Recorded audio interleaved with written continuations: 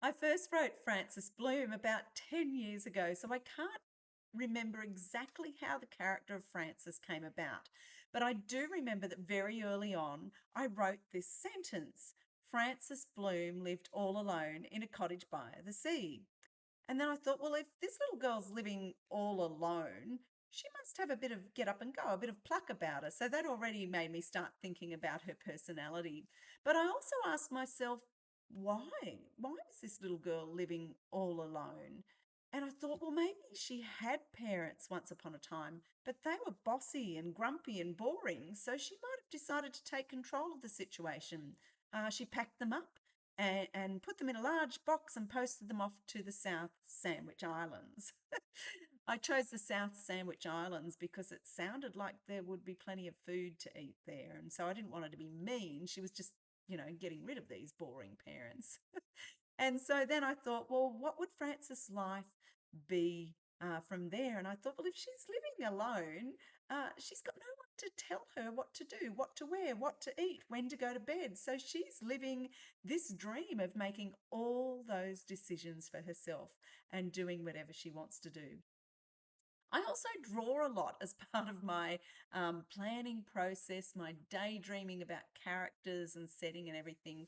So I know very early on in the piece, I started to draw pictures of Frances Bloom. And she always had this really wild, messy, dirty hair.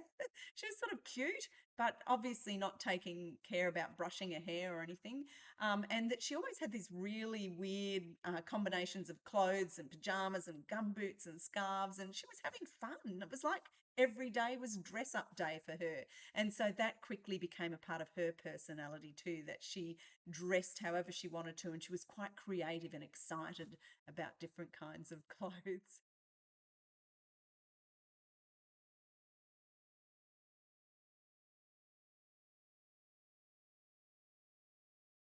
And you can see some pictures here of my early sketches of Frances Bloom and how she's maybe changed a little bit as I drew her and started writing about her.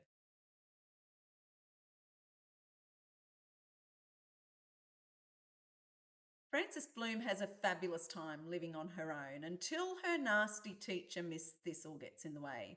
When Miss Thistle discovers that Frances doesn't have a mother and a father, she's delighted because she knows that a child living on its own can be sent away to bleak island home for unwanted children and dogs. And she tells Frances this. So Frances thinks, oh, I'd better find a family straight away. But she doesn't want parents. She's tried that and it was a bit dull and boring and they were bossy. So she decides she'll set out to find some grandparents. And she even makes a list of what the perfect grandparents will be like.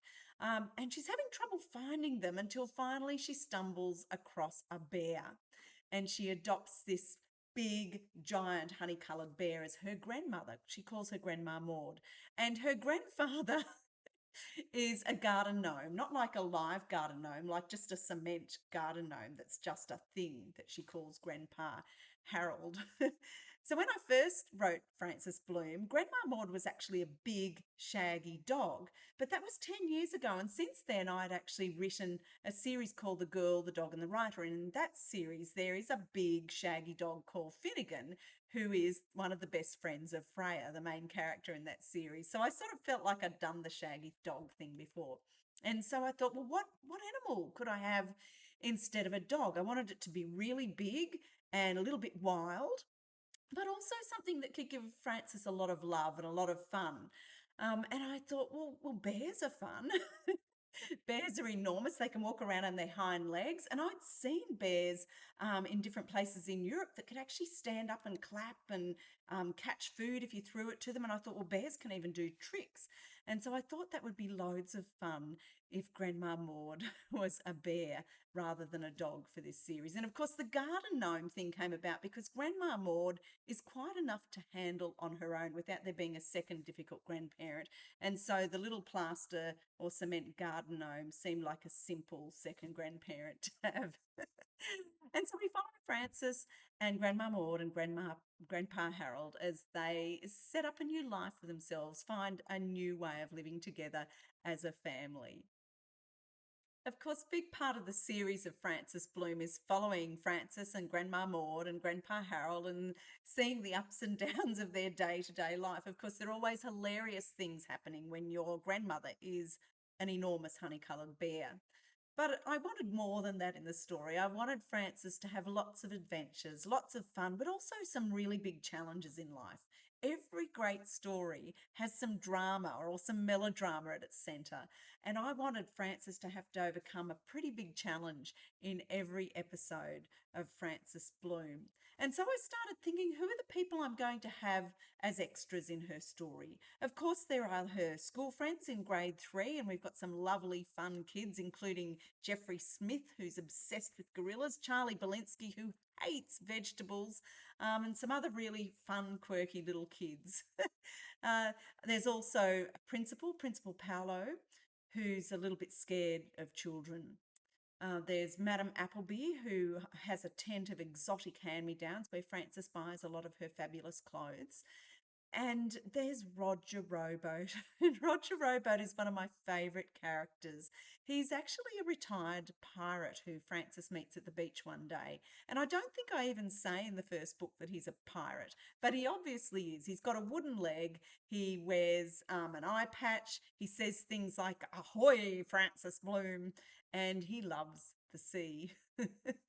uh, when I was creating these characters, I did a lot of drawing again, like I did with Frances Bloom. I did lists and labels and stuff. And so I'm going to show you here now some of the pictures and the character profiles that I've kept in my little journal as I've been creating the series of Frances Bloom.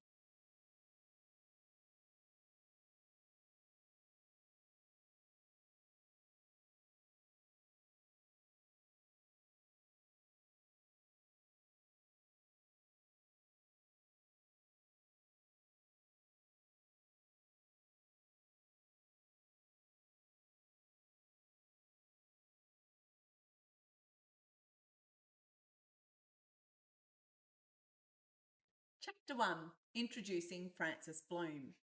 Frances Bloom lived all alone in a cottage by the sea. She was 8 years old. Frances did have a mother and a father, but they were grumpy and bossy and no fun at all, so Frances sent them away. She posted them in a very large box to the South Sandwich Islands, and to tell the truth, things ran far more smoothly at Apple Cottage without them. On the morning that our story begins, Frances tumbled out of bed, ran down to the beach, and went for a swim. In her pyjamas, because there was no one there to say, "Don't." Back at home, Frances hung her pyjamas from the apple tree to dry. She dressed in a floppy red smock, green striped tights, and bright yellow gum boots. She did not brush her hair. "Brushing is boring," she said. "Besides, I like my hair in tangles and knots and clumps." Frances made pancakes for breakfast and ate 6 of them with banana and cream and tons of honey. Then she sat the dishes outside for the stray cats to lick clean. Jumping on her scooter, Frances rode to school. There she spent a happy day in Year 3, learning, laughing, and playing with her friends. The only cloud in Frances' day was her teacher, Miss Thistle. Miss Thistle did not like Frances Bloom. Frances Bloom was wild and creative and smart. Frances Bloom made Miss Thistle look dull. Miss Thistle was dull, but she did not appreciate having it proven each and every day in front of the Year 3 students. Miss Thistle longed to be rid of Frances Bloom once and for all. Just before home time, Miss Thistle said, "Our school concert is next Wednesday. You must all bring your mothers and fathers along to watch." "But I don't have a mother or father," cried Frances. Miss Thistle gasped. How simply splendid! Now here was her chance to be rid of Frances Bloom. A child without parents could be sent away to Bleak Island Home for unwanted children and dogs. "Goodness me," said Miss Thistle, trying not to smirk. "A child cannot live all alone." "Why not?" asked Frances. "Just because," snapped Miss Thistle. This was a silly answer, but Frances knew that she had lost the argument. For some strange reason, Miss Thistle believed that she was always right. So Frances did the only thing possible. She told a lie. A huge but helpful lie. "I do not live alone," said Frances. "I live with Grandma and Grandpa." Miss Thistle narrowed her eyes to two little slits. Really? She asked. Frances stared back at Miss Thistle. Really? She cried. Charming, said Miss Thistle. You must bring them in to meet me. Okay, agreed Frances. They'll be here in the morning. And Frances Bloom set off to turn her lie into the truth.